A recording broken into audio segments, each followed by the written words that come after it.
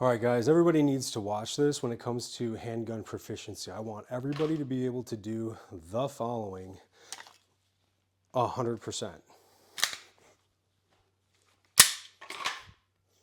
Like, there is no ifs, ands, or what's about it.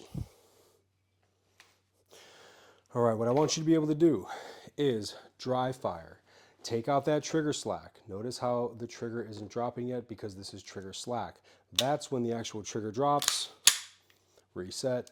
So I want you guys to dry fire at a nice small spot on the wall while taking out that slack and then pulling back.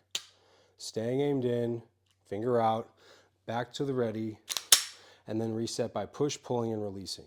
How do you know you're reset properly? Because you'll feel that resistance again in the trigger. If you don't reset properly, then you're not going to feel any real resistance in the trigger. Some of them might feel a little bit, but you're not going to get that drop.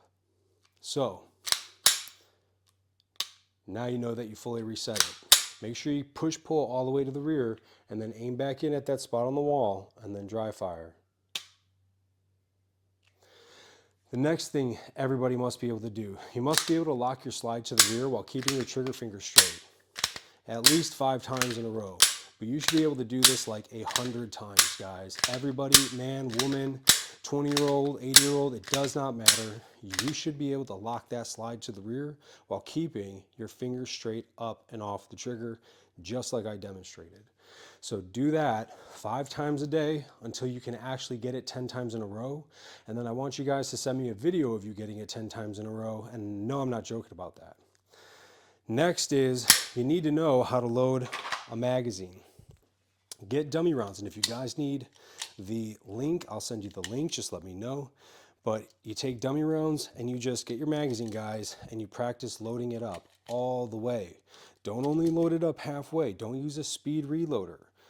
Load it up all the way bare-handed, especially for the people who can't even load a magazine. Now, if you have super bad arthritis, obviously use a speed reloader. But for everybody who doesn't have severe crippling arthritis, just because your fingers hurt doesn't mean it's arthritis, okay? Do it, because it's going to help you in all areas of your life, especially with your hands and your grip, and it'll actually put off arthritis so that you don't get it as much of an onset as rapidly.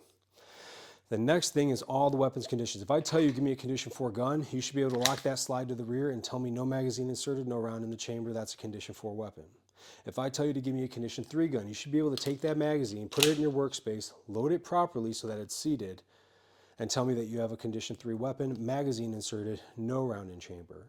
If I say give me a condition 2 weapon with a striker fired handgun, you should know and be able to tell me that's not possible. That only applies to external hammer-fired weapon systems when the weapon system is in double action. That is not this gun. Magazine inserted, round in the chamber, hammer forward in double action is condition 2 when it comes to handguns. If I tell you to give me a condition 1 gun, you should just go, Roger, magazine inserted, round in the chamber, this weapon is condition 1. And then I should tell you to unload the weapon, and you should know, magazine always first. And if I stop you and say, what condition is this weapon right now, if there's a magazine inserted, or no magazine inserted, but a round in the chamber, you should say condition 1, because if I pull the trigger, it's going to go bang. Then, after you drop that magazine, remove that round. No, you should not be able to catch it. In fact, I encourage you not to even work on that anytime soon. And you should be able to say, now this is an unloaded gun. I'm showing clear because that slide is locked to the rear.